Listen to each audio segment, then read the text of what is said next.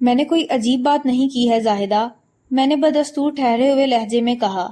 تم اس وقت دکھی اور پریشان ہو، اس لیے تمہیں ایسا محسوس ہوا ہے، ورنہ نہیں تو۔ میں ایک لمحے کے لیے رکا، ایک گہری سانس خارج کی اور اپنی بات مکمل کرتے ہوئے کہا، دراصل میں یہ جاننا چاہتا ہوں کہ ان دونوں بھائیوں کی کس کس سے دشمنی تھی۔ میرا سوال سن کر زاہدہ کے چہرے پر ایسے تاثرات نمودار ہوئے جیسے وہ مجھے کوئی واضح جواب دینا چاہ رہی ہو، لیکن اگلے ہی لمحے اس نے ارادہ بدل دیا اور بکھرے ہوئے لہجے میں بولی، کوئی ان سے دشمنی کیوں کرے گا، مگر وہ دونوں تو بہت ہی نیک اور شریف تھے۔ وہ بولتے بولتے خاموش ہو گئی۔ میں نے اس کے چہرے پر نگاہ جماتے ہوئے کہا، زاہدہ بی بی، انہیں جس بے دردی سے موت کے گھاٹ اتارا گیا ہے، یہ کام کسی دوست کا نہیں ہو سکتا۔ صاف ظاہر ہو رہا ہے کہ قاتل ان دونوں سے شدید نفرت کرتا تھا۔ وہ کتنے ہی نیک اور شریف کیوں نہ ہوں، کوئی نہ کوئی ان کا دشمن ضرور ہوگا۔ انسان کے جہاں 10 دوست ہوتے ہیں، وہاں انہی دوستوں کے اندر یا باہر ایک آدھ دشمن بھی موجود ہوتا ہے۔ اور یہ جو میں نے لمحاتی توقف کیا، پھر اس کی آنکھوں میں دیکھتے ہوئے کہا، تم جو بولتے بولتے اچانک رک گئی ہو، اس سے ظاہر ہوتا ہے کہ تم اس واردات کے حوالے سے کوئی ایسی بات ضرور جانتی ہو جو مجھے فیاض اور ریاض کے قاتل تک پہنچا سکتی ہو۔ کیا تم یہ نہیں چاہتی ہو کہ ان کے قاتل کو عبرتناک سزا ہو؟ میں نے بتایا ہے نا، میری شدت سے یہ خواہش ہے کہ ان کا قاتل جلد از جلد پھانسی لگ جائے۔ وہ اسراری لہجے میں بولی، آپ میری کسی بات کا غلط مطلب نہ نکالیں۔ کیا ہوا جو میں ان کی سگی ماں نہیں ہوں؟ زاہدہ پروین کے آخری جملے نے میرے ذہن میں ابھرنے والے بہت سے سوالات کا منہ بند کر دیا۔ میں نے ہمدردی بھرے دوستانہ لہجے میں کہا، زاہدہ تمہیں دیکھتے ہی میں سمجھ گیا تھا کہ تم ایک خوبصورت اور جوان عورت ہو۔ میرے اندازے کے مطابق تم زیادہ سے زیادہ 30 سال کی ہوگی۔ ایک 30 سالہ عورت کے بیٹے 19 اور 22 سال کے تو نہیں ہو سکتے نا؟ آخری جملہ میں نے اس کی زبان رواں کرنے کے لیے ادا کیا تھا۔ وہ جلدی سے بولی، میں اس وقت 28 سال کی ہوں۔ میں فیاض اور ریاض کی سوتیلی ماں ہوں۔ فتح محمد نے 5 سال پہلے مجھ سے شادی کی تھی، لیکن افسوس کہ پچھلے سال وہ میرا ساتھ چھوڑ کر چلا گیا۔ ہم دونوں کی نشانی فرمان علی ہے۔ اتنا بتا کر اس نے افسردہ انداز میں گردن جھکا لی۔ مجھے اگر اس کی آنکھوں میں اپنے لہتے جگر کی ابدی جدائی کا غم نظر نہیں آیا تھا، تو اس کا یہی سبب تھا کہ فیاض اور ریاض نے اس کی کوکھ سے جنم نہیں لیا تھا۔ جبھی زاہدہ کی سوگواری میں وہ تڑپ نظر نہیں آتی تھی۔ زاہدہ 28 سال کی ایک بھرپور اور جوان عورت تھی۔ اس کی خوبصورتی میں کوئی کلام نہیں تھا۔ وہ بڑے بڑے بدن کی مالک ایک پرکشش عورت تھی۔ فتح محمد نے اگر بڑھاپے میں اسے شادی کی تھی اور ایک بچے کا باپ بھی بن گیا تھا، تو اس کا سبب زاہدہ کے حسن اور جوبن کی شکل میں نظر آتا تھا۔ لیکن یہ بات سمجھ میں نہیں آتی تھی کہ زاہدہ کو بوڑھے فتح محمد میں کیا دکھائی دیا تھا۔ میں نے زاہدہ کو مخاطب کرتے ہوئے کہا، فیاض اور ریاض تمہارے سگے بیٹے تھے یا ستیلے، اس سے قطعی کوئی فرق نہیں پڑتا۔ میں اچھی طرح محسوس کر رہا ہوں کہ ان کی المناک موت نے تمہیں توڑ کر رکھ دیا ہے۔ میں تمہارے دکھ اور تکلیف کو سمجھ سکتا ہوں زاہدہ۔ آپ کا بہت بہت شکریہ تھانے دار صاحب۔ وہ گردن اٹھا کر میری آنکھوں میں دیکھتے ہوئے بولی۔ میں نے گہری سنجیدگی سے کہا، میں چونکہ تمہارا دکھ درد کو سمجھ رہا ہوں، اسی لیے چاہتا ہوں کہ فیاض اور ریاض کے قاتل کو قرار واقعی سزا ملے۔ مجھے امید ہے اگر تم مجھ سے مناسب تعاون کرو تو یہ کام آسانی سے ہو سکتا ہے۔ تھوڑی دیر پہلے تم ان کے دشمن کے حوالے سے جملہ نامکمل چھوڑ کر خاموشی اختیار کر لی تھی۔ اگر تم مجھے یہ بتا دو کہ تمہارے ذہن میں کیا ہے تو وہ کوئی خاص بات نہیں تھی۔ وہ میری بات پوری ہونے سے پہلے ہی بول اٹھی۔ بات خاص تھی یا عام، تم اس فکر میں نہ پڑو، میں نے دوستانہ انداز میں کہا۔ بعض اوقات ایک معمولی اور غیر اہم بات بھی نتیجہ ہے ثابت ہوتی ہے۔ تم مجھ سے کچھ نہیں چھپاؤ، میں تمہارا ہمدرد اور خیر خواہ ہوں۔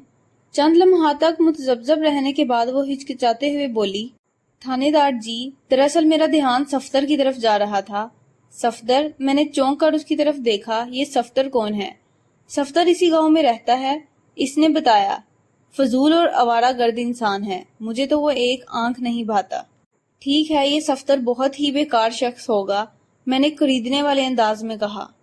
لیکن فیاض اور ریاض کے قتل کے سلسلے میں تمہارا دھیان صفدر کی طرف کیوں چلا گیا؟ اس کا مقتولین سے کیا تعلق ہے؟ مجھے واضح طور پر یہ محسوس ہو رہا تھا کہ زاہدہ کی زبان سے کوئی ایسا انکشاف ہونے والا ہے جو مجھے دونوں بھائیوں کے قاتل تک پہنچانے کا ذریعہ بن جائے گا۔ میں پوری توجہ سے اس کے بولنے کا انتظار کرنے لگا۔ چند لمحات تک خاموش رہنے کے بعد اس نے جواب دیا، وہ جی پچھلے دنوں صفدر کا ان دونوں بھائیوں سے اچھا خاصا جھگڑا ہو گیا تھا۔ جھگڑا؟ میں نے پرسوچ انداز میں کہا۔ اس جھگڑے کی وجہ کیا تھی؟ میرا خیال ہے میں آپ کو کھل کر بتاتی ہوں۔ وہ گہری سنجیدگی سے بولی۔ ہاں میں بھی تو یہی چاہتا ہوں، میں نے حوصلہ دلانے والے انداز میں کہا۔ جب تک تم کھل کر نہیں بولو گی بات بن نہیں سکے گی، اور میں بھی خواہ مخواہ اندھیرے میں ٹامک ٹوئیاں مارتا رہوں گا۔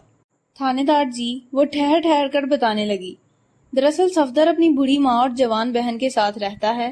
اس کے باپ کا انتقال ہو چکا ہے، وہ کوئی باقاعدہ کام دھندا نہیں کرتا، تھوڑی بہت بدماشی اور گنڈا گردی یا کہیں چھوٹا موٹا کام مل گیا تو کر لیا۔ اس کی بوڑھی ماں کریمہ بی بی کو پوری طرح دکھائی بھی نہیں دیتا، وہ کسی کی مدد کے بغیر گھر سے باہر قدم نہیں نکال سکتی۔ صفدر کی بہن نازو ہی بوڑھی ماں کا خیال رکھتی ہے، اور یہ تو صفدر کی ہانگی حالات ہیں۔ میں نے قطع کلامی کرتے ہوئے کہا، تم نے ابھی تک یہ نہیں بتایا کہ مقتولین کا کس بات پر صفدر سے جھگڑا ہوا تھا؟ میں اسی طرف آ رہی ہوں تھانے دار جی، وہ بڑی رسان سے بولی۔ دراصل ہانگی حالات کا جائزہ لیے بغیر آپ جھگڑے کی وجہ کو اچھی طرح سمجھ نہیں سکیں گے۔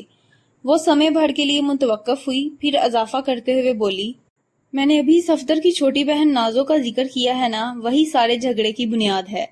اس کی عمر بمشکل 18 سال ہوگی، لیکن اللہ نے شکل و صورت اچھی دی ہے، بلکہ بہت اچھی دی ہے، اور اسی شکل صورت نے ریاض کا دماغ خراب کر دیا تھا۔ وہ نازو پر مر مٹا تھا۔ اس کے بعد جو ہوتا ہے وہ آپ بھی جانتے ہیں۔ وہ ایک مرتبہ پھر خاموش ہو گئی۔ اس بار میں نے اسے روکنے ٹوکنے کی کوشش نہیں کی۔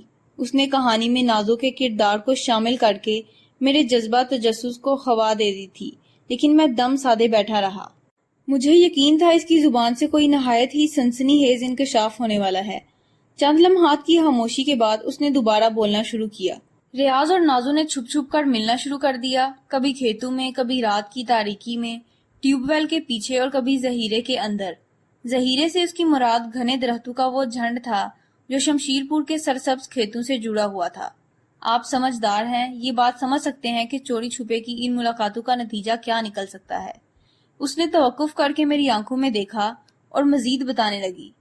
نازو اور ریاض کے درمیان جو کچھ چل رہا تھا وہ زیادہ عرصے تک چھپا نہ رہ سکا۔ ان کے تعلقات کی خبریں اڑ کر صفدر تک بھی پہنچی، اور اس گنڈے کا دماغ خراب ہو گیا۔ ایک روز اس نے ریاض کو گھیر لیا اور بغیر کوئی سوال کیے اسے مارنا شروع کر دیا، اور کسی کو پتا ہو یا نہ ہو، لیکن ریاض اچھی طرح جانتا تھا کہ صفدر اس سے کس بات پر جھگڑا کر رہا ہے۔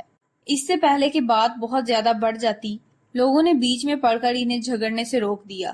وہ سانس ہموار کرنے کے لیے رکی اور اضافہ کرتے ہوئے بولی، اس جھگڑے کی خبر گھر تک بھی پہنچی تھی۔ مجھے اور فیاض کو اس معاملے کی سنگن تو تھی، لیکن یہ اندازہ نہیں تھا کہ نوبت مار پیٹ تک جا پہنچے گی۔ جب ہمیں ان کے تعلقات کا پتہ چلا تو ہم نے ریاض کو زمانے کی اونچ نیچ سمجھانے کی کوشش کی تھی، اور اس نے وعدہ بھی کیا تھا کہ آئندہ وہ نازو سے نہیں ملے گا۔ ہم مطمئن ہو گئے، لیکن اس نے پراسرار انداز میں رک کر مجھے دیکھا اور اپنی بات کو آگے بڑھاتے ہوئے بولی، لیکن ریاض نے اپنے وعدے کا پاس نہیں کیا اور چوری چھپے نازو سے ملنے کا سلسلہ جاری رکھا۔ چند روز بعد ریاض اور فیاض کھیتوں کی طرف جا رہے تھے کہ صفدر اچانک ان کے سامنے آ گیا۔ اس وقت صفدر کے ساتھ لاکھو بھی تھا۔ لاکھو کوئی اچھا آدمی نہیں، لوگوں کا خیال ہے وہ مختلف قسم کے جرائم میں ملوث رہتا ہے، اور صفدر سے اس کی بڑی گہری دوستی بھی ہے۔ لاکھو نے اس روز ریاض سے کہا، اسے آخری وارننگ سمجھ لو۔ میں اپنے الفاظ دہرانے کا عادی نہیں ہوں۔ جو لوگ میری بات کو نہیں سمجھ پاتے انہیں میں پھر اپنے محسوس طریقے سے سمجھا دیتا ہوں، اور ایسا سمجھاتا ہوں کہ زندگی بھر اور زندگی کے بعد بھی وہ میرا نام سن کر تھر تھر کانپنے لگتے ہیں۔ صفدر کی چھوٹی بہن نازو سے دور رہو۔ لیکن ریاض کا تو اب اس لڑکی سے کوئی واسطہ نہیں ہے، فیاض نے حیرت بھرے انداز میں کہا۔ ہم نے اسے سمجھا دیا ہے، شاید تمہیں کوئی غلط فہمی ہوئی ہے۔ غلط فہمی؟ لاکھو ایک جھٹکے سے ریاض کی جانب مڑا اور زہریلے لہجے میں بولا، اوے بھونڈے عاشق کی اولاد، کیا تم پچھلی جمعرات کو نازو سے نہیں ملے تھے؟ ادھر کھڑی فصل میں بتاؤ اپنے بھائی کو کہ مجھے کوئی غلط فہمی نہیں ہوئی۔ کوئی جواب دینے کے بجائے ریاض نے گردن جھکا لی، جو اس بات کا اقرار تھا کہ لاکھو کے کہے کے مطابق وہ پچھلی جمعرات کو نازو سے ملنے کھیتوں کی طرف گیا تھا۔ اس موقع پر فیاض نے اپنے بھائی کی حمایت لیتے ہوئے قدرے سخت لہجے میں کہا، تم میرے بھائی کے پیچھے ہاتھ دھو کر کیوں پڑ گئے ہو؟ ذرا اپنے دوست صفدر کی بہن کو بھی تو سمجھاؤ، وہ کیوں ریاض سے ملنے کے لیے آتی ہے؟ میرا خیال ہے، لاکھو نے فیاض کی آنکھوں میں دیکھتے ہوئے خطرناک لہجے میں کہا، ریاض کے ساتھ ساتھ ہاتھ دھو کر تمہارے پیچھے پڑنے کی بھی ضرورت ہے. تمہاری حمایت ہی نے اس لڑکے کا دماغ خراب کر دیا ہے. لاکھوں کے لہجے میں پوشیدہ سنگین دھمکی کو اس وقت فیاض سمجھ نہ سکا اور معاملہ رفع دفع کر کے وہ ریاض کو اپنے ساتھ گھر لے آیا اور پھر چند روز بعد ہی یہ واقعہ پیش آ گیا. زاہدہ پروین نے دکھی انداز میں بات ختم کی اور امید افزا نظروں سے مجھے دیکھنے لگی. میں نے ٹھہرے ہوئے لہجے میں کہا، زاہدہ تم نے جو کہانی سنائی ہے اس سے تو یہی لگتا ہے کہ ان دونوں بھائیوں کی موت میں صفدر یا لاکھوں کا ہاتھ ہو سکتا ہے. میں ان دونوں بندوں کو اچھی طرح چیک کروں گا. صفدر تو شمشیر پور کا ہی رہنے والا ہے، کیا لاکھوں بھی؟ نہیں جی، وہ میری بات پوری ہونے سے پہلے ہی بول اٹھی. لاکھوں کا تعلق چیاں والی سے ہے جو ہمارے گاؤں سے 2 میل دور مغرب میں واقع ہے. وہ صفدر سے ملنے یہاں